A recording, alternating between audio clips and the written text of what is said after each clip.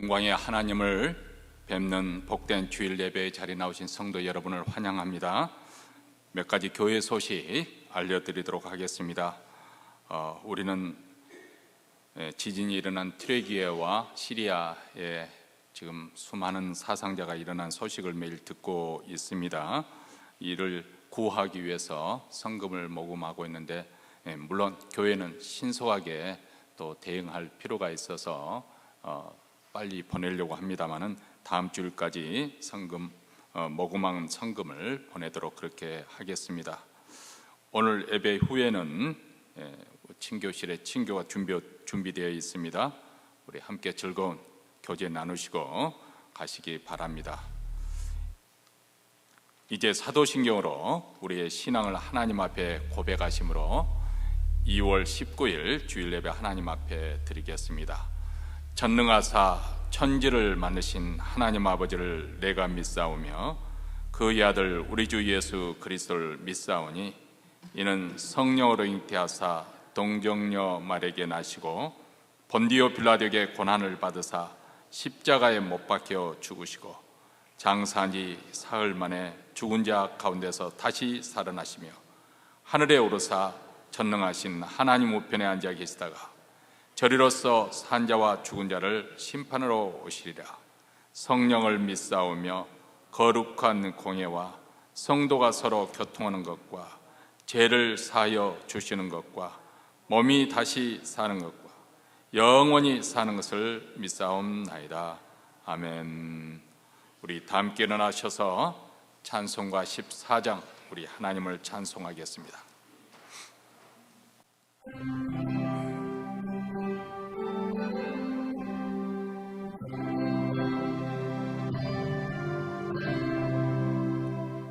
구세주를 아는 이들 찬송하고 찬송하세. 맘과 뜻과 힘 다하여 경배드리세. 주를 알지 못한 이들 주같이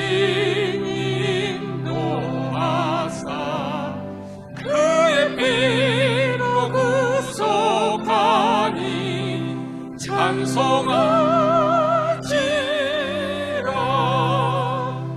약한 사람 도움받아 시험 중에 참게 되니 모든 죄를 이길 힘은 믿음뿐이라.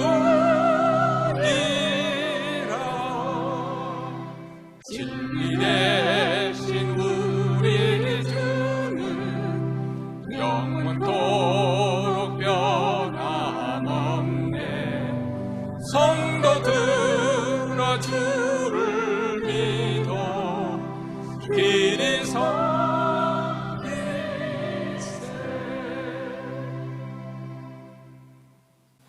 이 시간 우리 다 함께 하나님 앞에 통성으로 기도하는 시간을 갖겠습니다. 먼저 오늘 예배 가운데 하나님의 영광을 보게 하옵소서.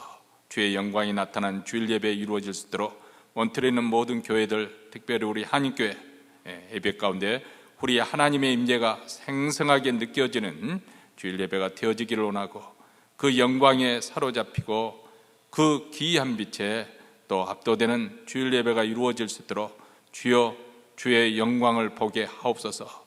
주님의 영광을 구하는 기도를 드리십시다.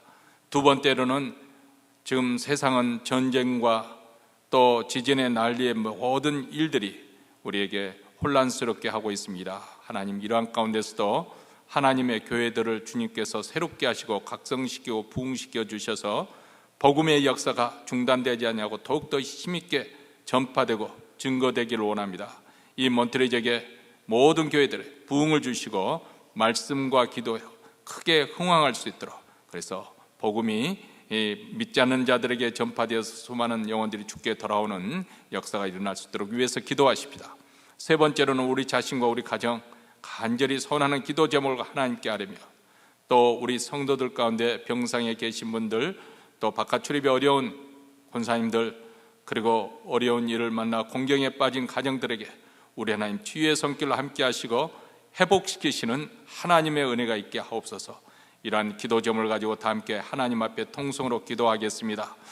자비로우시고 은혜로우신 하나님 아버지, 오늘도 복된 주일을 맞이해 사랑하는 백성들 한자리에 불러 모아주시고 하나님의 이름을 부르며 찬송하며 하나님 백성들의 일제히 하나님 앞에 나오게 하시니 감사합니다. 그리스도의 보혈을 힘입어 은혜의 보좌 앞에 나와서 오늘도 하나님께서 마음껏 저희들을 축복하시며 우리 하나님의 역사를 이루는 주일 예배가 되게 하여 주시기를 원합니다.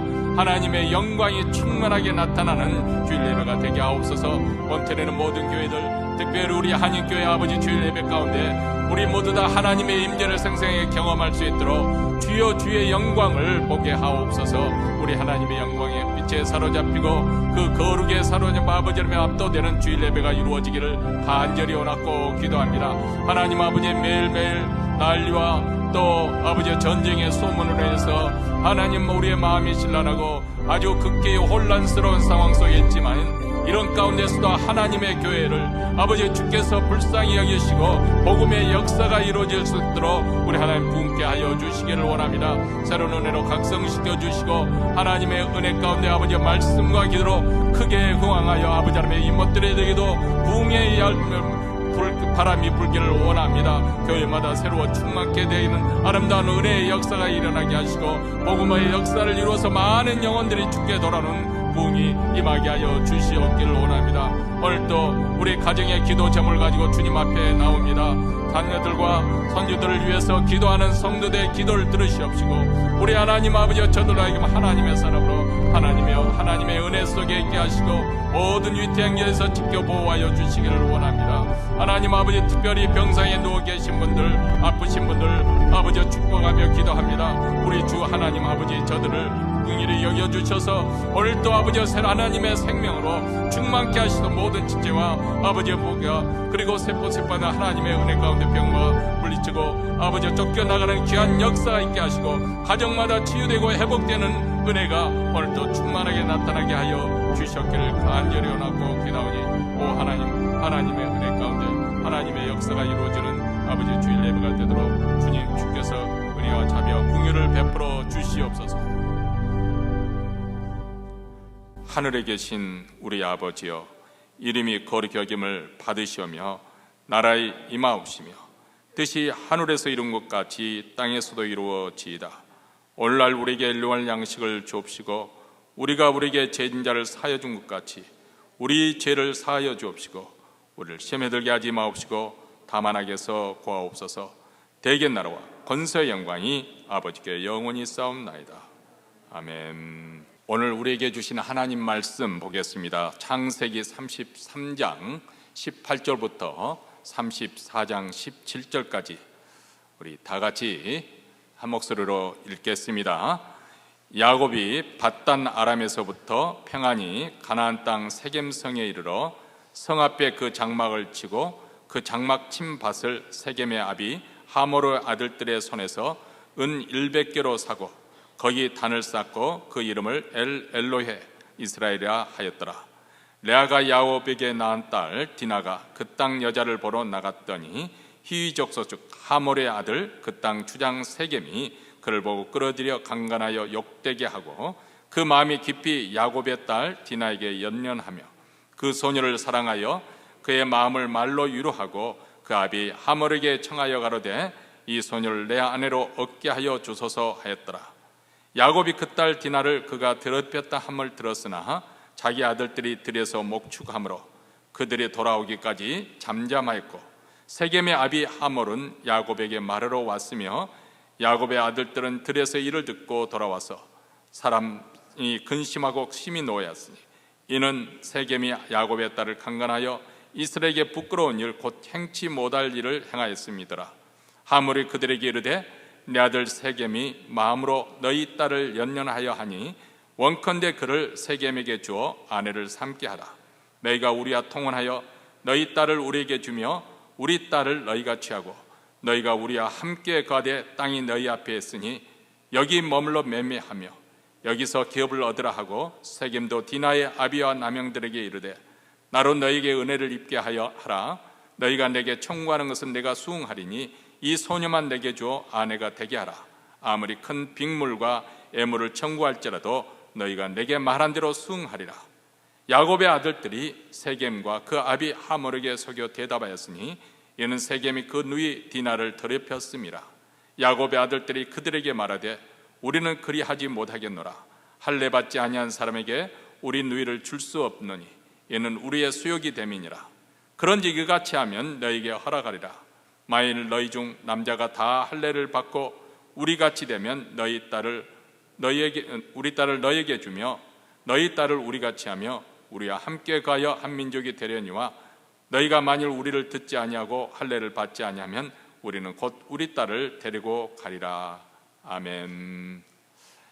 미국의 아주 유명한 저명한 정신과 의사인 스카펙이라는 분이 계시는데 그분이 쓴 책 가운데 하나, 아직도 가야 할 길에서 그가 상담하고 치유했던 정신적 문제를 살아가는 많은 환자들 가운데 그들에게 공통적으로 발견되는 한 가지, 그것이 생각의 게으름이다.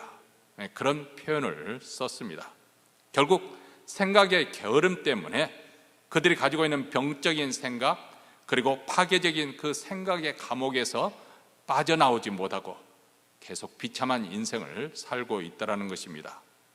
물론 이것은 어떻게 보면 정도 차이는 있을런지 모르지만은 우리가 대단히 합리적이고 이성적이고 그리고 아주 계획적으로 생각 깊게 사리 깊게 사는 것 같지만 실상 우리가 선택하고 우리가 판단하는 것을 볼 때는 아주 즉흥적이고 충동적이고 그래서 그런 가운데서 선택하고 행동하는 경우가 참 많이 있습니다. 어쩌면은 이런 우리의 모습에서 좀 더 거슬러 올라가 보면, 아니 쭉 거슬러 올라가면은 태초 아담과 이브의 문제이기도 하였습니다. 그들이 창조주 하나님의 은혜와 사랑에 대해서 한 번 더 깊게 생각했더라면, 숙고했더라면 뱀이 주는 그 유혹을 따라가지는 않았을 것입니다. 그런데 별 생각 없이 그저 뱀이 듣기 좋은 말을 하니까 그 미끼를 덥석 물고 말았습니다. 그래서 생각의 게으름, 생각하지 않고 사는 것, 이 생각의 게으름이 우리 인간의 원죄라고 그렇게 스카펙은 말하기도 합니다. 자, 이것에 상응하는 그런 사례를 스카펙이 인용해서 말하는데요. 월남 전쟁 때 베트공이 어느 미군 부대와 전투를 벌이다가 미군 한 명이 죽어서 전사했습니다. 그러자 그가 소속된 미군 부대가 마을에 쳐들어가서 베트공을 수색하는데 아예 그만 주민 전체를 다 죽이고 그 마을 전체 증거인멸을 위해서 마을 자체를 없애버리는 그런 끔찍한 일이 있었습니다.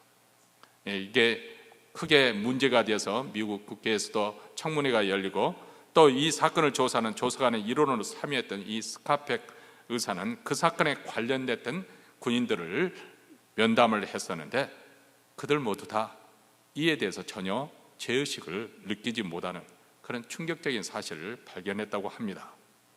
자, 오늘 말씀 우리가 전체를 읽지 않았지만 창세기 34장에는 전쟁 때나 벌어질 법한 그러한 사건이 믿음의 조상인 야곱의 가정에서 집단적으로 저질러졌다는 사실에 우리는 충격을 받지 않을 수 없습니다. 이런 이야기는 예전 전투에서 많이 그런 역사에도 일어난 이야기입니다. 근세와 수도 루안다 내전 때, 그리고 보스니아 전쟁 때 소위 말하면 인종 청소, 그냥 아예 인종 전체를 깡그리 말살시키고자 하는 이런 인종 청소, 그 만행이 온 세상 사람들이 그 뉴스를 듣고 경악을 금치 못했지 않습니까? 근데 이와 비슷한 일이 믿음의 조상이라는 야곱의 집안에서 일어난 것이죠. 도대체 이 비극의 소용돌이 속에 어떻게 야곱의 가정이 빨려들게 된 것인가? 이 사건에 관련된 그 인물들을 한번 보면은 그들은 이 자기 자신의 그 선택과 판단에 대해서 깊게 숙고하지 않고 거기에 대한 선악을 분별하지 않고 옳고 그름에 대한 그런 것에 대해서 깊은 생각이 없었던 것으로 보입니다. 그리고 내가 취한 이 행동으로 말미암아 거기에 연결되어서 어떤 결과가 올 것인가, 거기에 대해서 숙고하지 않았습니다. 그저 주어지는 행위에 그대로 감정적으로 대응을 하고 충동적으로 분노하고 그리고 살려고 하고 약탈하는 그런 끔찍한 결말을 가져오고 말았습니다. 오늘 우리가 사는 이 세대는 그 어느 시대보다도 아주 수많은 정보와 대중 매체 속에 노출되는 그런 시대에 우리가 살고 있습니다. 오늘 주보 가운데서 제가 최근에 지금 진행되고 있는 AI 인공지능 그에 대한 글을 썼습니다. 챗봇이라는 썼는데 아주 놀랄 만한 그런 사람들이 깜짝 놀랄 만한 일들이 지금 아주 계속해서 시간에 예정처럼 어떤 것이 개발되고 발견될까지는 수백 년이 걸린다든지 또 수십 년이 걸린 이제는 아주 초각을 달추면서 이렇게 세상이 변화가 되고 있습니다. 자, 이런 수많은 정보가 쏟아지고 있는 그리고 많은 그 언론 매체에 노출된 그런 상황 속에서 오히려 이런 환경들이 우리로 하여금 획일적이고 또 일방적인 어떤 대중의식으로 몰아가는 그런 성향이 없잖아 있다 그 말입니다. 그저 깊은 생각이나 사고 없이 그 당시 유행이나 풍습을 쫓아 따라갑니다. 최근에 들었던 이야기 가운데 하나가 한국에 이제 방문할 기회가 있어서 가족분 중에 한 분이 신앙생활 하시는 권사님에서 그 교회를 방문하고 예배를 드린 다음에 권사님 모임이 있어서 멀찌감치 모임하는 것을 보았는데 권사님들이 다 거의 유니폼을 처음에는 입은 줄로 알았다고 합니다. 근데 나중에 보니까 유니폼이 아니에요. 근데 어떻게 된 연구인가 하고 이제 모임 끝나고 난 다음 물어봤더니 그게 아니고 어느 권사님 한 분이 백화점에서 아주 명품 좋은 옷을 하나 사면은 그것이 좋아 보여가지고 나머지 권사님들 다 똑같은, 미국에서는 그게 상상이 잘 안 되잖아요. 똑같은 그 브랜드 매크를 다 입다 보니까 마치 멀리서 보면 아니 저분들이 유니폼을 맞춰서 입었나 할 정도로 바로 그렇게 사람들이 살아갑니다. 한마디로 오늘날 현대인들의 만연되는 정신적인 태도 중에 하나가 이 생각의 결핍, 한마디로 하면서 깊게 사고하고 또 묵상하는 그것이 부족하다는 거예요. 그래서 점점 가볍고 말초적이 되는 것이 우리 현대인들의 자화상일지도 모릅니다. 에베소 4장 19절에 보면 저희가 감각 없는 자 되어 자신을 방탕에 방임하여 모든 더러운 것을 욕심으로 행하되, 이런 모습 살아가는 거죠. 자, 이런 시대에 사는 우리 그리스도인들에게 주신 말씀이 있죠. 너희는 이 세대를 본받지 말고 오직 마음을 새롭게 함으로 변화를 받아 하나님의 선하시고 기뻐하시고 온전하신 뜻이 무엇인지 분별하라. 우리는 이 말씀에 깊게 한번 숙고해 보아야 할 그런 시대에 우리가 살고 있지 않는가 생각합니다. 자, 오늘 본문으로 돌아가 보면 마침내 두려움의 대상이 된 형 에서와 야곱이 만나서 화해를 이루었습니다. 다리를 절뚝거리며 7번 절하면서 다가오는 그 동생을 보고 아마 형 에서가 긍휼의 마음이 샘솟았던 것 같아요. 그래서 서로 얼싸안고 눈물을 흘리고, 그래서 용서와 화해가 일순간에 20년 동안 만나지 못했던 그 형제의 그 가로막히고 얼음에 같이 얼었던 그 마음이 다 녹아졌습니다. 그리고 에서는 야곱에게 나와 함께 돌아가자 그렇게 말하니까 그 제안을 정중하게 사용하지요. 아직 내 자녀들이 어리고 또 가축대도 많은데 이 장정들 400명과 급히 가다 보면 다 죽을 수 있으니까 저는 천천히 가겠습니다.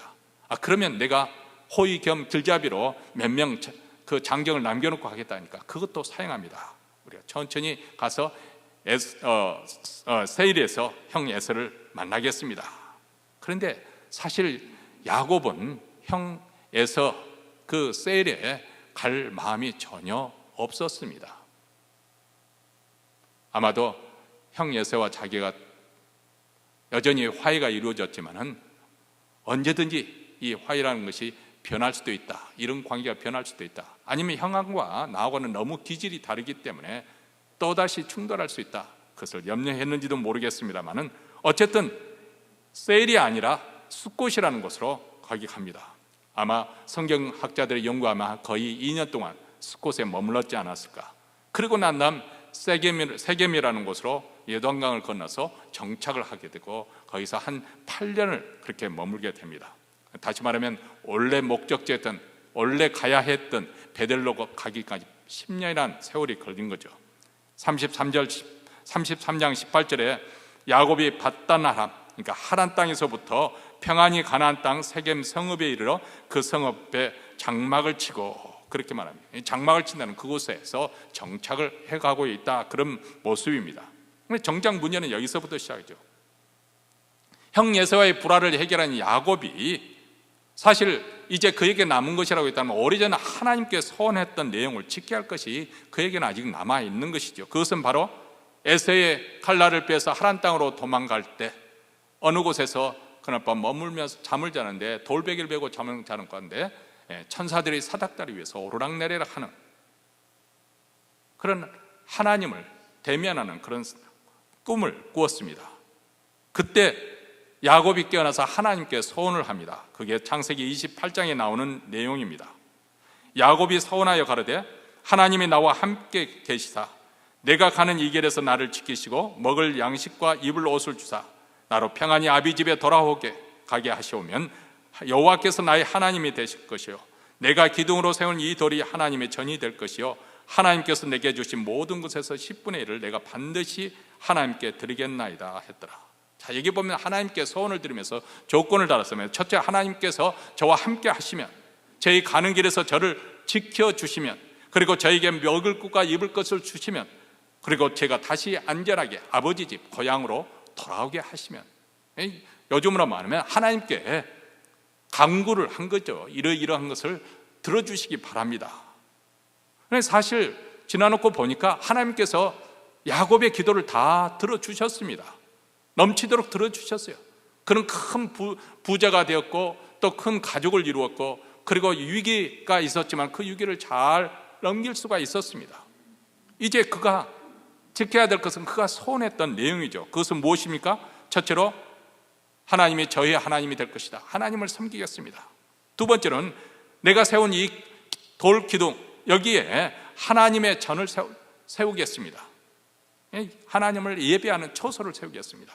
그리고 세 번째는 하나님께서 내게 주신 그 분복, 그 재산 가운데 10의 1을 하나님께 바치겠습니다.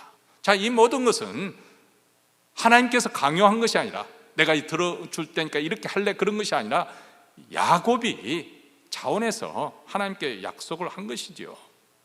그래서 야곱은 모든 문제 해결을 얻었고 또 풍성한 복을 누렸습니다. 그럼에도 불구하고 그는 서원했던 그 베델로 돌아가지 않고 그 서원대로 그렇게 이행하지 않았습니다. 오히려 세겜 땅에서 밭을 사고 그곳에 정착하며 거기서 단을 쌓았습니다.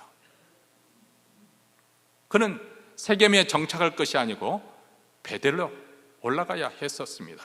사실 이 베델이라는 곳은 세겜으로부터 한 40km, 50km 떨어진, 어떻게 보면 하루길이면 갈 수 있는 길이었습니다. 그런데 굳이 왜 그가 세겜에서 땅을 사고 거기서 정착하고자 했는가? 19절, 20절에 그 배경에 대해서 이렇게 나와 있습니다. 그 장막 친 밭을 세겜의 아비 하몰의 아들들의 손에서 은 100개로 사고 거기 단을 쌓고 그 이름을 엘로헤 이스라엘이라 하였더라. 엘로헤 이스라엘이라고 단을 쌓고 조그만 제단을 쌓고 그렇게 이름을 붙였다는 것이죠. 하나님은 이스라엘의 하나님이시다. 이스라엘 하나님은 강하시다. 이런 의미가 엘로헤 이스라엘입니다. 근데 여기서 말하는 이스라엘이라고 하는 것은 이스라엘 백성들을 의미하는 것이 아니라 야곱이 이스라엘로 하나님께서 이름을 붙여주셨지 않습니까? 다시 말하면 자기 자신을 말하는 것이죠. 그러니까 엘로헤 이스라엘이라는 이 말 속에 그 함축되어 있는 야곱의 마음은 이런 뜻입니다. 내가 하나님과 겨루어 이긴 사람이다.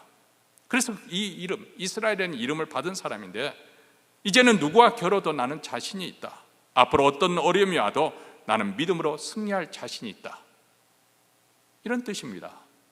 여기 보면 대단한 신앙 고백이지 않습니까? 근데 한번 이것을 다시 한번 분석을 해보면 정말 그가 그런 대단한 신앙 고백으로 이것을 고백했는가? 혹시라도 자만하지 않았을까? 착각하지 않았을까? 그런 생각을 해봅니다. 왜냐하면 그가 세겜에 단을 쌓은 것은 좋지만은 그렇다고 해서 하나님과의 약속을 지킨 것은 아니지 않습니까?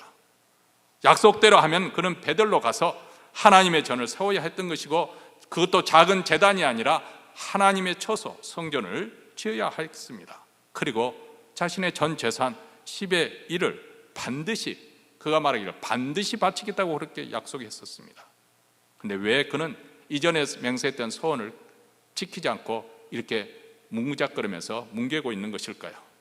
자, 그것을 우리가 살펴보려고 하면은 문맥의 흐름에 따라 그 직전에 어떤 일이 벌어졌는가 우리가 조금 이해할 필요가 있습니다. 이 추론을 하는 것인데 이 추론이 꼭 맞는 것은 아닙니다. 왜냐하면 창세기 기자가 우리에게 그때 일어났던 일을 사실 그대로 우리에게 그냥 전달을 해주는 것이지, 거기에 창세기 기자가 어떤 선악을 판단해서 이것은 옳고 이건 잘못됐다는 그렇게 말해 주지 않기 때문에 우리는 그 행간에 숨어 있는 그 문장 속에서 어떤 의도를 할 것인가, 그 문장에서 말하고자 하는 의도를 우리는 끌어내서 해석할 수밖에 없는 것이죠.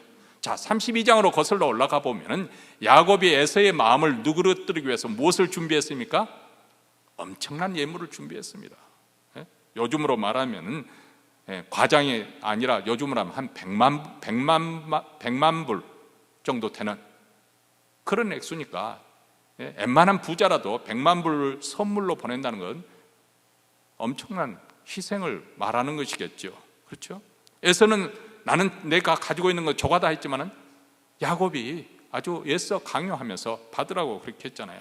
자, 그렇게 했지만은 사실 그렇게 한 것까지는 좋았는데 이제 정신이 들고 보니까 돈을 너무 많이 쓴 것이죠. 그렇잖아요? 아무리 야곱이 100만 장자라고 할지라도 100만 불을 사용한 선물 예물로 이렇게 형에게 줬다는 것은 그만큼 자기 재산에 출혈이 있었다는 것이죠. 그리고 이제 또 한 번 하나님과의 약속을 이행하려고 보니까 자신의 재산 10의 1을 하나님께 바치려고 보니까 너무 부담스럽잖아요. 더군다나 거기에 또 하나님의 처소를 지으려면 아무리 허름하게 지어도 또 돈을 드는 거 아니겠습니까? 그래서 이 계산이 빠른 야곱에 어떤 생각이 들었을까? 완전히 우리가 지금 추측을 해보는 거예요. 뭐 꼭 야곱이 욕심사납게 하나님께 돈을 쓰고 싶지 않은 그런 쓰는 마음이 없어서 그렇다기보다도 아마도 계산이 빠른 그가 이런 생각을 하지 않았을까요? 벌써 그는 아내가 넷이고 그 당시 아들이 한참 자라나는 아들이 11명이나 되었습니다. 뭐 아직 막내인 베냐민이 태어나기 전이니까요. 그리고 그에 딸린 식구들, 가족들뿐만 아니라 종들이 또 많았습니다. 그 당시 고대 사회에서는 가정마다 그 부족의 중심으로 해서 거기에 이제 혹시라도 외부에서 온 대적이 쳐들어오면 막을 수 있는 그런 싸운 준군사 실력의 그런 가신들, 소위 말하는 종들을 또 부양을 해야 되는 것이죠. 거기다가 가축들이 많으니까 그것을 다 또 먹여야 되지 않습니까? 그러니까 얼마나 많은 비용이 매일매일 들어가겠어요. 자, 이런 계산을 하다 보니까 지금 가지고 있는 것으로 또 거기서 또 떼어서 하나님께 하나님 전을 세우고 또 10의 1을 바친다는 건, 이건 야곱의 마음에 염려가 되지 않겠어요? 두려움이 드는 거예요. 돈을 다 쓰면 어떡하나, 가족이 굶어 죽으면 어떠나, 이런 생각을 하는 거예요. 그래서 하나님의 전을 짓는 것 대신에 그냥 세겜에서 제단을 하나를 대충 쌓은 거죠. 흉내만 낸 것입니다. 어떻게 보면 베들로 올라가지 않은 이유가 이런 물질적인 부분에 있어서 걸리는 부분이 있어서 그런 것이 아닌가. 아니, 더 정확하게 표현하면 자기 가족들을 제대로 지키지 못할까 하는 두려움, 자기 가족들을 다 잘 부양하지 못할까 하는 염려가 있었던 것이죠. 그 두려움이 있으니까, 그 염려가 있으니까 하나님께 서원을 해놓고 그 신앙적인 결단으로 이행을 하지 못하고 주저하게 만든 것이죠. 자, 나중에 야곱의 이야기를 우리가 쭉 이렇게 살펴보면은 바로 왕이 있을 때 그가 내 인생 120이나 내 조상에게는 훨씬 미치지 못했지만 그러나 내가 험악한 세월을 보내었나이다. 이런 고백을, 슬픈 고백을 하게 됩니다. 왜 그가 이렇게 험악한 세월을 보냈다고 고백할 수밖에 없었을까? 우리는 그 뒤로 일어난 사건을 너무나 잘 알지 않습니까? 딸 디나가 강간을 당했죠. 그 다음에 살육이 일어났죠. 그리고 가장 사랑했던 그 요셉을 짐승에 물려 죽었다는 소식을 듣게 되죠. 그리고 나중에는 베냐민을 빼앗겨야 되는, 가장 또 아끼던 베냐민을 빼앗겨야 되는 그런 상황에 직면하게 됩니다. 왜 이렇게 험악한 세월을 보내야만 했었던 것일까? 그것은 하나님을 믿기는 믿었지만은 정말 하나님을 신뢰하고 믿고 따라갔던 것이 아니고 여전히 자기 자신을 의지하고 자기 뜻대로, 자기 마음대로 살았기 때문에, 그래서 하나님을 의지해서 하나님을 신뢰함으로 더 이상 두려움 없이 그렇게 살아야 되는데, 그 두려움이 있기 때문에 그는 약속한 소원대로 그렇게 살지 못했던 것이고, 하나님께서는 그 두려움을 쫓아버리고 온전한 믿음 가운데 세우기 위해서 그를 훈련시키고 또 연단을 계속 하시는 것이죠. 그래서 나중에 보면 이제 사랑하는 요셉도 없어지고, 또 그 다음 그 요셉의 형제인 그 베냐민마저 빼앗게 되는 그런 상황이 되었을 때 야곱이 이렇게 담담히 말합니다. 내가 자식을 잃게 되면 잊으리로다. 이렇게 담담하게 상황을 받아들이는 모습을 보게 됩니다. 다시 말하면 야곱의 안에 있었던 두려움, 내가 내 사랑하는 아들을 내 사랑하는 아들이 없어지면 어떡하나 하는 두려움을 이제는 극복하고 하나님 손에 맡겨드리는 것이죠. 담담하게 받아들이는. 자, 이 지점에 이르기까지 야곱은 정말 말 그대로 험난한 세월을 보낼 수밖에 없는 것이죠. 이것은 우리의 야곱만 그런 것이 아니라 바로 오늘 이 시대에 사는 우리의 문제이기도 합니다. 어느 정도까지는 우리가 헌신하고 어느 정도까지는 하나님을 섬기는 데 나아가고 그리고 말씀에 순종하는 것 같지만은 사실 우리 마음속에도 하나님을 온전히 신뢰하지 못하면서 오는 두려움이 있어요. 염려가 있어요. 내가 이렇게 하나님 말씀대로 이렇게 하면 혹시라도 내가 망하지 않을까? 혹시라도 실패하지 않을까? 혹시라도 내 가족에 어려움을 가져오지 않을까? 이런 두려움이 있습니다. 그러나 야곱의 경우를 보십시오. 그가 하나님을 신뢰함으로, 하나님을 의지함으로, 하나님 말씀에 순종함으로써 그가 실패한 적이 있었습니까? 오히려 하나님께서는 야곱을 보호해 주시고 지켜주시고 그의 몫을 챙겨주신 분이 우리 하나님이십니다. 그런데도 우리 인간은 한사코 자기가 가지고 있는 이 주도권을 하나님께 넘겨주기를 거부하는 것이죠. 우리 삶과 우리 마음을 한번 성찰해 보시기 바랍니다. 우리는 얼마나 야곱처럼 자기 멋대로 자기 원하는 대로 살기를 고집하는지 우리는 금방 깨닫게 될 것입니다. 심지어는 신앙생활도 자기가 설정한 것, 자기가 계획한 그것을 벗어나지 못하는 거죠. 이런 식으로 이 정도까지 내가 할 수 있지만은 그러나 때로는 어떤 환경 속에서 하나님이 요구하시면 거기에 응하지를 못하는 거예요. 왜냐하면 두려움이 작동하기 때문에. 그래서 우리 삶에도 여전히 우여곡절이 많은 것이고, 심지어는 야곱처럼 내가 험악한 세월을 보냈나이다, 이런 고백을 하기도 하는 것이죠. 야곱이 염려와 두려움 때문에 베들로 올라가지 못하고, 그래서 어떻게든 세겜에서 정착하고 살려고 하는 그에게 어느 날 두려운 일이 호련히 덮칩니다. 여러분, 이 사람이 두려워하는 그 일이 우리에게 정말 엄습한 그런 때가 옵니다. 하나님을 믿지 못할 때 바로 그런 날이 오게 되는 것이죠. 자, 2절 말씀에 봅니다. 레아가 야곱에게 낳은 딸 디나가 그 땅 여자를 보러 나갔더니 히위 족속 중 하몰의 아들 그 땅 추장 세겜이 그를 보고 끌어들여 강간하여 욕되게 하고 그랬습니다. 그 당시 가나안 족속들의 풍습이 그렇고, 그것 때문에 사실 어떻게 보면 나중에 이스라엘 백성들에 의해서 심판에 받는, 하나님께서 이스라엘 백성들을 통해서 그들을 심판하시기도 합니다만은, 이 우상 숭배는, 그 우상 숭배의 결말은 어디로 가냐면 결국 음란으로 빠지게 되어 있습니다. 세상에는 모든 우상 숭배는 영적으로 볼 때 이 간음을 행하는 것이거든요. 영적 간음입니다. 살아계신 참다운 하나님, 진실하신 하나님 외에 다른 신을 섬기는 것, 이것은 마치 자기 사랑하는 아내를 놔두고 다른 여자를 품는, 이게 바로 간음이지요. 영적인 의미에서는 우상숭배는 다 간음입니다. 그렇기 때문에 우상숭배에 빠지면 결국 그 결론은 음란에 빠지게 되어 있습니다. 그 당시 세겜 사람들도 이 성적인 일에 대해서는 거의 제한을 두지 않았습니다. 성관계를 가는 것을 예사롭게 여겼던 것이죠. 그러니까 그런 풍습에 절려서 쩔어있던 그 세금성 여성과 이 디나, 그나마도 나이롱 신자라 할지라도 디나의 그런 가정에서 그 자랐던 디나와는 분위기가 뭔가 좀 달랐을 것 같아요. 그래서 어쩌면 추장 세겜의 눈에 디나가 더 눈에 들어왔을는지도 모르죠. 그리고 세겜은 평소에 하던 대로 자기 하고 싶은 대로 디나를 끌어들여서 강간을 하고 말았습니다. 물론 그 당시에도 강간은 무리를 일으키는 사건인 것만은 분명할 것입니다. 그러나 세겜처럼 높은 자리에 있고 게다가 결혼하겠다고 그 사실을 무마하려고 하면은 얼렁뚱땅 넘어가는 그런 분위기있지 않았을까, 그런 생각을 해봅니다. 그래서 3절과 4절에 보면 세겜이 디나를 자기 집에 머물게 하고 아버지 하몰에게 청해서 디나를 자기 아내를 삼게 해달라고 요청을 합니다. 자, 겉으로 볼 때는 범죄를 저지르고 난 다음에 그래도 그나마도 책임을 지겠다, 그런 뜻에서 디나를 아내로 맞이하려고 하는 것처럼 보입니다.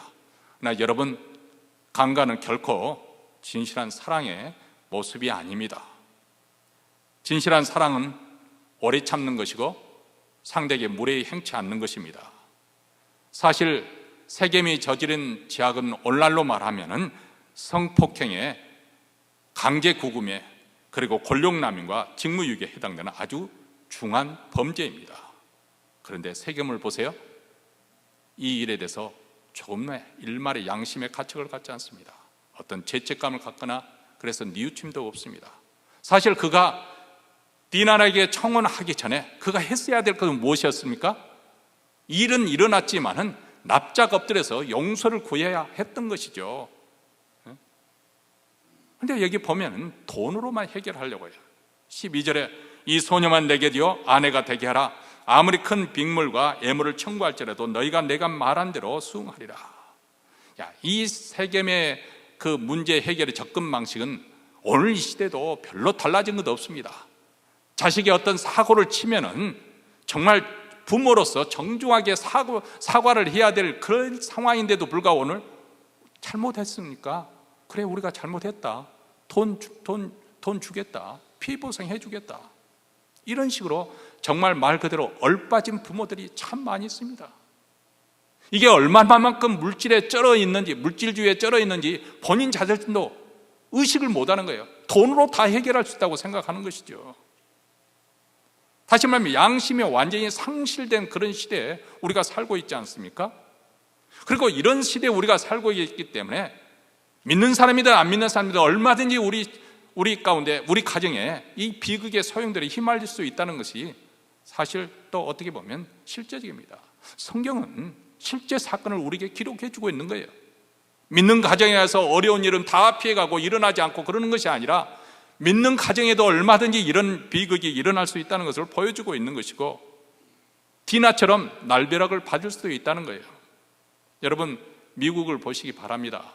제가 제일 이해하려고 해도 이해가 되지 않는 부분 중에 하나가 무엇이냐면, 물론 미국의 그 역사적인 전통이 있기 때문에 집에 총기를 자기 셀프 디펜스를 위해서 총기를 소유한다는 것, 저도 그것은 이해하려고 노력합니다. 그렇게 돼야 된다는 것은 아니지만 이해하려고 노력합니다. 그러나 정신이 좀 이상한 사람들, 그런 사람들까지 이 자동 소총이 주어지는 이 사회는 말 그대로 살인을 방조한 죄가 있습니다. 그렇지 않습니까?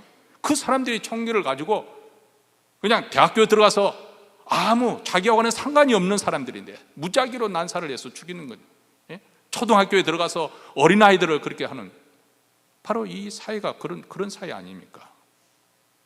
이런 사회상에서 우리가 그리스도인이 사는데 전혀 비극을 겪지 말라는 법이 어디 있겠어요? 자, 그럴지라도 여기서 우리가 한 번 더 생각해 보아야 됩니다. 디나가 이런 일을 당하니까 우리는 자칫하면은 왜 그때 거기 갔느냐, 야한 옷을 왜 입었냐, 이런 식으로 하면은 디나를 또 한 번 2차 가해하는 것이니까 참 잘못된 것이죠. 그러나 저는 분명하게 세겜이 잘못됐다는 것을 우리가 전제로 하고, 그렇지만 우리가 이런 시대에 살아가는 그리스도인에서 정말 지롭게 사는 것이 무엇인가 우리는 물어야 됩니다. 디나의 경우를 다시 한번 살펴보죠. 2절에 보면 디나가 그 땅의 딸들을 보러 나갔다 이렇게 기록하고 있습니다. 여기서 보러 나갔다는 이 보다라는 이 동사에 주목할 필요가 있습니다. 히브리어 라에서 파생된 동사인데요, 이 뜻은 매우 세심히 관찰하다, 배우다, 즐기다 하는 뜻이 달아 있습니다. 자, 이 동사를 창세기 저자가 사용한 이유가 있을 거 아니겠어요? 그것은 디나가 단순히 가나안성 그 세겜 이방 문화를 구경하기 위해서 호기심에 그렇게 나간 것은 아니었고, 그 땅 여인들, 즉 가나안 여인들에 대한 깊은 관심을 가지고 있었고, 그들과 교제를 나누고 그 땅 풍속을 배우고 즐기려는 의도를 가지고 밖에 나갔은 것으로 보여집니다. 근데 지금 생각해도 우리가 충분히 그럴 가능성 추론을 할 수가 있어요. 왜냐하면 야곱의 가정은 소위 말하면 유목민으로 이리저리 이주해야 되는, 그러니까 뭐 소위 말하면 바람과 먼지와 태양 그 속에 사는 그들이 뭐 꽃단장을 해보를 겨를 무슨 뭐가 있겠습니까? 뭐 치장할 수 있는 뭐가 그런 환경이 되지 않잖아요. 그러나 이 세겜생은 이미 철기 문명 아래서 나름대로 고도의 문명을 자랑하고 있기 때문에, 특히 여자들 같은 경우는 아주 꽃단장 할 수 있는 상당히 매혹적인, 남자들에게도 굉장히 매혹할 수 있는 그런 모습으로 차리고 있었을 거 아니겠어요? 그러니까 디나가 거기에 끌린 것이죠. 그녀는 자기 자신이 하나님의 백성이라는 정체성을 상실해버리고 그들이 좋아 보였던 것이겠죠.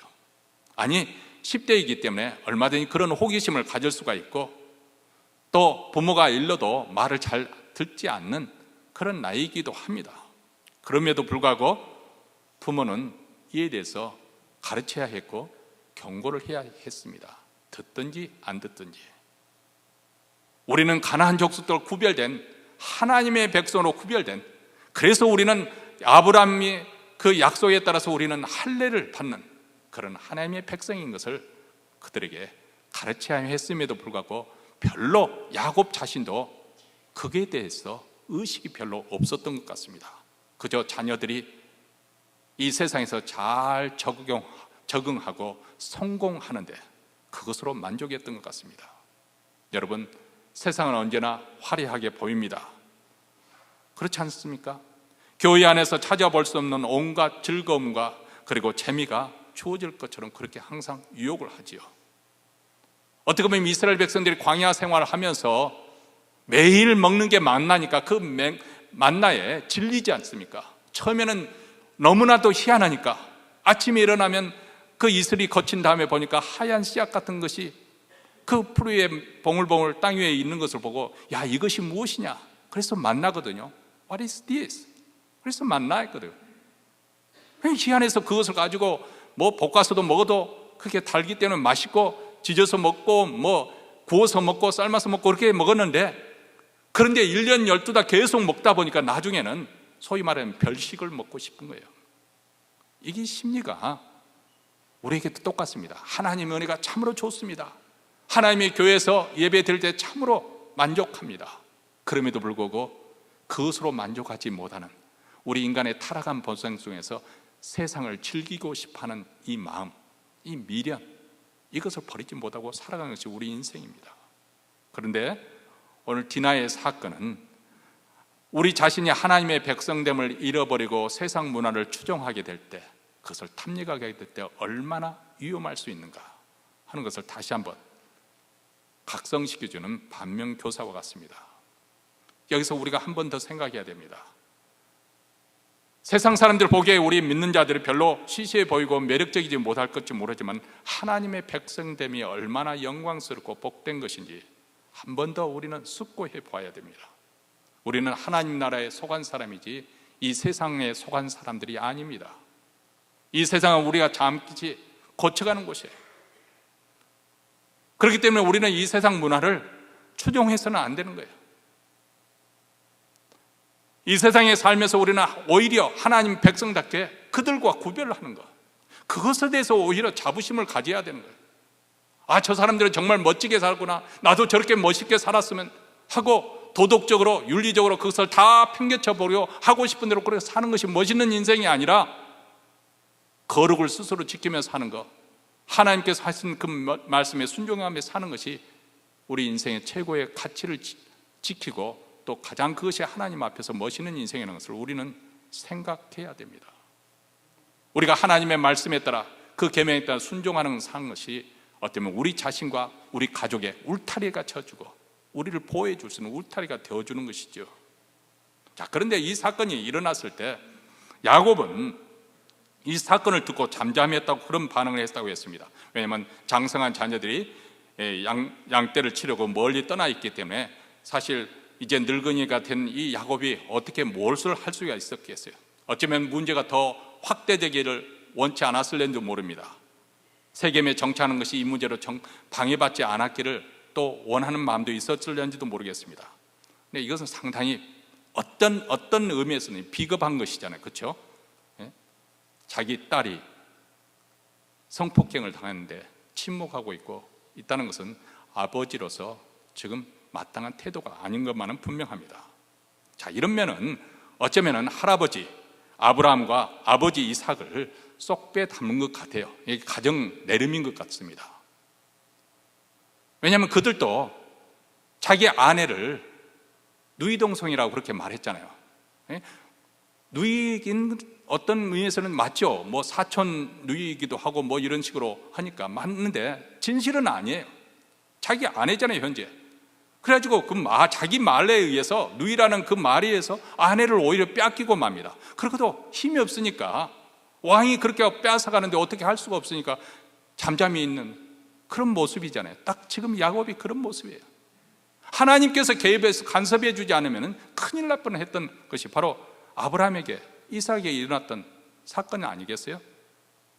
자, 야곱은 이런 사건이 일어났을 때 왜 이 문제가 일어났는지, 하나님께서 이런 사건을 통해서 나에게 무엇을 말씀하려고 하는 것인지 그것을 파악하지 못했던 것 같습니다.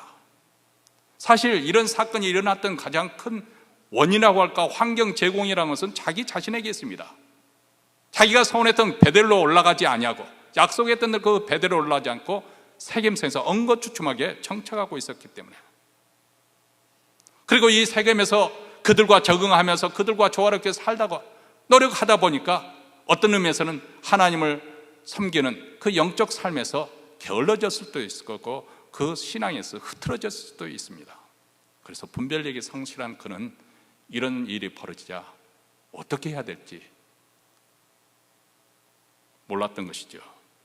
자, 반면에 그 아들들은 또 다른 면에서 극단으로 치닫습니다. 이 소식을 듣고 극도로 분노를 반응하지요. 물론 당연한 거죠.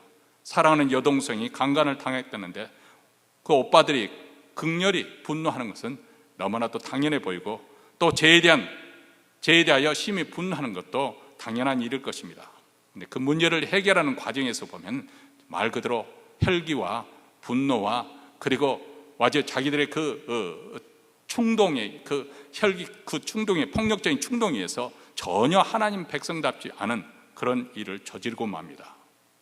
자, 13절과 17절에 보면은, 자, 이들이 했던 그 과정을 보면 야곱의 가정이 어떤 영적인 기준이 없는, 말 그대로 하나님의 백성이기는 하지만 전혀 삶의 기준이 없는 그런 모습을 보여주고 있죠. 여기 보면은 야곱의 아들들이 우선 세겜과 그 아베들에게 거짓말로 그렇게 속이지 않습니까? 너희들이 할례를 받지 않았기 때문에 우리 동생 디나를 줄 수 없다. 너희들이 우리 동생 디나와 결혼하려면 먼저 할례를 받아라. 그렇게 말합니다. 여러분, 할례는 아브라함 후손에게 하나님의 언약을 마음에 새기기 위해서 그 육신에 할례를 행하는 거 아니겠습니까? 이 할례는 이스라엘 백성이 하나님 백성이라는 그런 표현이죠. 이스라엘 백성은 할례 받은 백성으로서 대단한 자부심을 가지고 있고 긍지가 대단했습니다. 그리고 또 이방인들이 하나님을 섬기게 될 때, 소위 말하면 개종하게 될 때 할례를 받음으로써 그들 또한 이방인들이 하나님의 백성으로 영접을 받았습니다. 그런데 하나님께서 명하신 이 거룩한 할례를 그들은 이용해서 거짓말을 합니다. 그래서 그들을 속여서 할례를 받게 하고 그 할례를 통해서 고통을 당하고 있을 때, 그때 시몬과 레이는 그 아들 가운데 한 뱃속에서 낳은 형 오빠, 디나도 레아로부터 출생하였고, 시몬과 루벤과 또 유다도 레아 뱃속에서 낳았습니다마는 그 중에서 시몬과 이 레이가 성 안에 침입에 들어가서 성 안에 있는 모든 남자들을 다 칼날로 죽입니다. 3개만 죽인 것이 아니라 모든 남자를 죽여요. 그리고 나머지 형제들도 성 안에 들어가서 어린아이와 여자들 그리고 가축들을 약탈을 했습니다. 자, 여기 보면 마치 야, 너 예수 믿어, 그러면 내가 살려줄게. 그래서 예수 믿고 세례를 받으러 들어갔는데 물속에 들어가자마자 죽이는 것과 똑같은 그런 상황이잖아요. 여러분, 이것이 과거 기독교 역사도 비일비재하게 일어났던 일 아니겠습니까? 우리 인간이 얼마나 악한지. 그러니까 입으로 하나님 부르짖고 성령님 부르짖고 그것에 우리가 속아 넘어가서는 안 된다는 거예요. 여러분들 이제 선거철이 되면, 지금은 선거에 관계 없으니까 자유롭게 말할 수 있겠네요. 선거철이 되면 그 사람이 말한 것을 가지고 속아 넘어가서는 안 됩니다. 그 사람이 어떤 삶을 살아왔는지 그것을 봐야 해요. 말이야 왜 못합니까? 아주 고상하게 진실하게 국가를 위한 것처럼, 나라를 위한 것처럼, 그 사람이 어떤 방식으로 살아왔는지 그것을 보면 그 사람이 누군지를 알 수가 있죠. 여러분, 기독교 역사에도 보면 십자가 전쟁이 있습니다. 그래서 십자가 전쟁을 일으킨 명분이 그럴듯했죠. 하나님을 모르는 그 이방 사람들이 예루살렘 성을 질밟고 있으니까 그것을 회복해서 위해서 하나님께 영광을 돌려드리자, 그렇게 해서 전쟁이 시작된 거 아니겠어요? 그런데 십자군 전쟁의 결말이 어떻게 됐나요? 그들의 온갖 탐욕과 정욕에 의해서 많은 사람들을 살육하고 약탈했습니다. 그 예루살렘의 흘린 피가 얼마나 많았던지 발목에 적실 정도까지 그렇게 피를 흘렸다고 그렇게 내려오고 있습니다. 그 당시 로마 교황은 그 십자군 전쟁을 이용해서 자기의 정치적인 입지를 다지는데 그렇게 이용을 했습니다. 이들은 겉모습은 하나님의 사람이란지 모르지만은 실상 마귀의 충동질에 놀아난 것이지요. 여러분, 우리는 하나님의 백성으로 살아간다는 것이 무엇인지 항상 우리는 생각해 보아야 됩니다. 예배 드린 것으로 우리는 다 됐다, 예수를 믿으니까 다 됐다, 그것으로 끝나는 것이 아니라 그것이 진정으로 우리의 삶에, 우리 인생에 무엇을 의미하는 것인지 이에 대한 깊은 이해가 필요한 것이죠. 지금 야곱의 아들들에게도 언약의 백성답게 살아가는 것이 무엇을 의미하는 것인지 깊은 생각이 필요했습니다. 하나님의 거룩한 백성답게 이스라엘 12지파의 족장으로 세워지기까지 그들은 그렇기 때문에 더 많은 연단이 필요했고 훈련이 필요한 것이죠. 오늘 이 시대에 사는 우리도 마찬가지입니다. 하나님께서 우리로 하여금 순탄한 길을 허락하지 않고 왜 고난의 길로 허락하실 때가 있지 않습니까? 왜 그러실까? 생각해 보라는 거예요. 우리가 누구인지, 우리가 섬기는 하나님이 누구시고 그 하나님을 믿는 우리는 누구인지 한번 더 생각해 보라는 것입니다. 야곱은 세겜에 단을 쌓고 엘로의 이스라엘이라고 부르며 새로운 삶을 시작했지만은 그러나 디나 문제로 일순간에 정말 비극의 소용돌이에 합류되고 말았습니다. 우리도 마찬가지입니다. 내가 이 정도면 됐지, 오히려 그 순간이 위험하다는 것을 여러분 우리가 생각해 봐야 됩니다. 그래서 사도 바울도 선질로 생각하거든 넘어질까 조심하라고 말하지 않습니까? 다 됐다고, 이 정도 신앙생활 하는데, 아니 이 정도면은 내가 노후 준비가 다 됐다고 생각하는 그것이 위험하다는 거예요. 형통하고 평안할수록 우리가 기도하려고 애써야 되는 이유가 여기 있어요. 아니 가만히 있으면 우리도 그렇게 떠내려가니까 어떤 의미에서는 발버둥을 쳐야 되는 것이죠. 나이가 들어서 가장 부족한 부분, 또 아쉬운 부분이 뭡니까? 열정이 없어지는 거예요. 열정이. 해보니까 다 그것이더라. 몸도 피곤하고 그러니까 막 편한 것이 좋지. 여러분, 그렇기 때문에 신앙생활도 자체면 그런 식으로 할 수가 있습니다. 우리는 하나님께서 우리를 부르시는 그날까지 어떻게 보면 하나님 앞에 내 믿음을 지키기 위해서, 내 신앙을 지키기 위해서 발버둥을 쳐야 될 사람들이죠. 특별히 하나님의 은혜에서 우리가 벗어나지 않도록 하나님께서 우리의 울타리가 되어주시고 우리 가정의 울타리가 되어주시도록 우리가 깨어 기도해야 됩니다. 누가 기도해야 될까요? 아직도 철이 모르는, 디나처럼 철이 모르는 우리 자녀들이 깨어서 기도하는 것이 아니라 부모들이 기도해야 되죠. 그렇지 않고 이렇게 평안히 사니까 좋다, 감사하다, 앞으로도 이렇게 계속 될 거지, 이렇게 막연한 생각 가지고 소홀히 한다면, 특별히 우리가 영적인 삶에서 신앙생활에서 소홀히 한다면 불현듯 우리에게 문제가 터질 때 야곱처럼 또 그 아들처럼 실패하게 돼 있고, 또 디나처럼 호기심으로 말미암아서 언제든지 폭발할 수가 있는 것이죠. 왜냐하면 우리 모두 다 죄인이고 우리 안에 죄의 성향이 있고 이 세상이 죄가 가득한 곳이기 때문에 그렇습니다. 그렇기 때문에 다시 한번 오늘 말씀을 우리가 들으면서 다시 한번 생각해 봐야 합니다. 신명기에서 거듭되게 당부했던 것 있잖아요. 너희가 이제 요단강을 건너서 가나안 땅에 들어가게 될 텐데 그곳에서 너희들이 세우지 않은 집에서 편안히 가고 너희들이 심지 않은 것을 다 거두들어 평안히 갈 때 너희는 기억하라, 잊지 말라는 거예요. 광야에서 너희가 얼마나 낮아졌는지, 얼마나 겸손해져야 되는지, 그렇게 험악한 가운데서도 하나님께서 너희를 지키시고 또 보호해 주시고 먹이시고 입혀주신 것을 너희는 기억하라. 그리고 한 걸음 더 나아가서 히브리서 기자는 우리의 믿는 도리의 사도시며 대제사장이신 예수를 깊이 생각하라.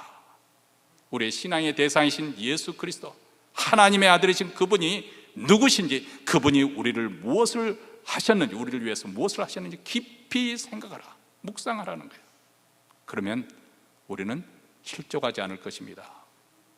험난한 인생길이지만은, 그리고 이 세상이 험난하지만은, 예측이 불가능한 아주 위험한 세상에 우리가 살고 있지만은, 그러나 그 가운데서도 우리 하나님께서는 우리의 인생길을 인도하시고 지키시고 보호해 주실 것입니다. 이 믿음으로 또 한 주를 사는 우리 모두가 되시길 주의 이름으로 축원합니다. 사랑하는 성도 여러분, 오늘 하나님의 말씀을 받으면서 한번 깊이 생각해 보십시다. 우리에게도 야곱처럼 베들레에 올라가지 못하고 세겜 그 어느 성에서 엉거주춤하며 살고 있지 않는지, 배회하고 있지 않는지, 신앙생활에 느슨하게 풀어져 있지 않는지 한번 돌이켜 생각해 보십시오. 부지부식간에 비극의 소용들이 휘몰아치기 전에 여러분, 우리 부모된 우리가 깨어 기도할 수 있게 되기를 바랍니다. 우리 가정에 파수꾼으로 깨어 있기를 바랍니다. 또 우리 직분자들이 교회의 파수꾼으로 깨어 있기를 원합니다. 또 우리 그리스도인들이 이 나라와 이 땅을 파수꾼으로 깨어 있기를 원합니다. 하나님 아버지, 겸손하게 하나님 앞에 나와 우리의 마음을 드립니다. 우리는 여전히 베들레에 올라가지 못하고 두려움 때문에, 염려 때문에 세겜에 머물며 정착하고자 애를 쓴 야곱과 같습니다. 하나님의 도움 아니고서는, 하나님의 은혜 아니고서는 어떻게 우리가 여기까지 올 수 있었습니까? 아니, 우리가 과거를 돌이켜보면 신실하게 하나님을 믿고자 했을 때 가장 행복했을 때고 가장 복됐을 때인 것을 우리는 기억합니다. 여전히 내 삶의 주도권을 내가 쥐려하고 내가 원하는 대로 내 입맛대로 살려고 하는 우리 인생의 어리석음을 주여 불쌍히 여겨 주시고, 오늘 진리의 영이신 성령께서 우리를 하여금 깨어나게 하여 주셔서 다시 한번 우리가 누구인지, 우리가 섬기는 하나님이 누구인지 깊이 생각하고 믿음대로 사는 자가 되게 하여 주시옵소서. 오늘 예배 순서대로 또 정성껏 준비한 예물을 하나님 나라에 바쳐드립니다. 이 예물이 쓰는마다 우리 주 예수 그리스도의 그 복된 소식이 땅끝까지, 특별히 우리 북한 동부에까지 울러 퍼지게 하시고 하루속히 복음으로 남북이 통일되는 그런 역사적인 날이 우리 시대에 보기를 원합니다. 또 주의 교회를 더욱더 흥왕하게 하시고, 그래서 사명을 잘 감당케 하시며, 또 오늘 또한 주님의 예배로 자기 자신을 드러내며 나온 사랑하는 성도들 심령마다 우리 주님의 은혜로 평강으로 가득 체험을 받게 하시고, 그 자녀가 번성하는 귀한 복을 더하여 주시옵소서. 우리 구주 예수 그리스도의 이름으로 기도합나이다. 아멘. 우리 다 함께 일어나서서 결단하는 찬송 부르도록 하겠습니다.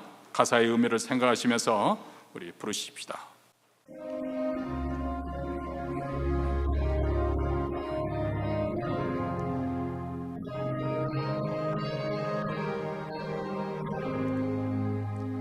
고난 내 영혼 편히 쉴 곳과 풍랑이 얻어 안전한 복은 폭풍까지도 다스리시는 주의 영원한 바르지혜, 주의 영원한 신발 함께 하사 항상 나를 붙드시니 어느 곳에 가든지 요동하지 않으는 주의 팔을 의지함이라.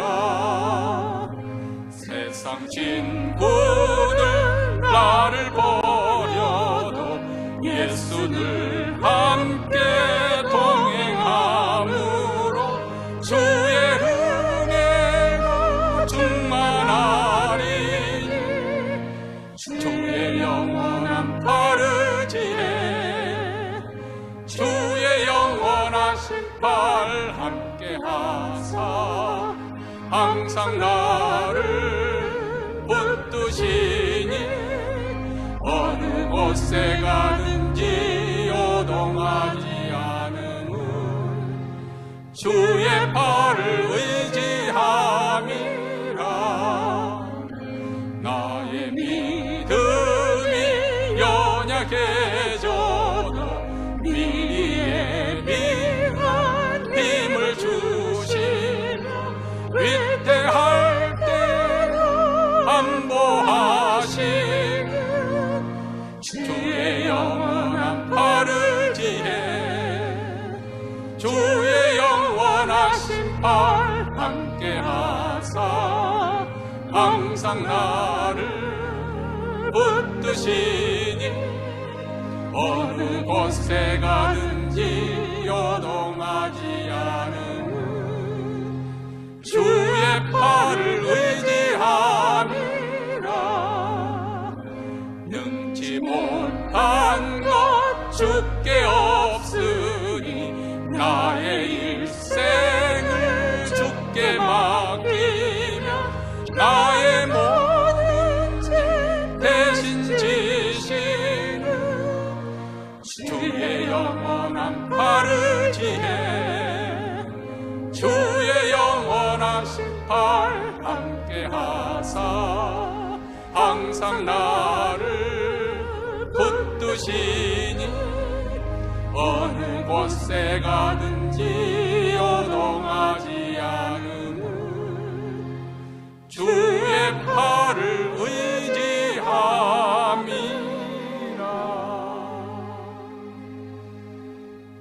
이제는 우리 구주 예수 그리스도의 은혜와 하나님 아버지의 무한하신 사랑과 성령의 교통하심이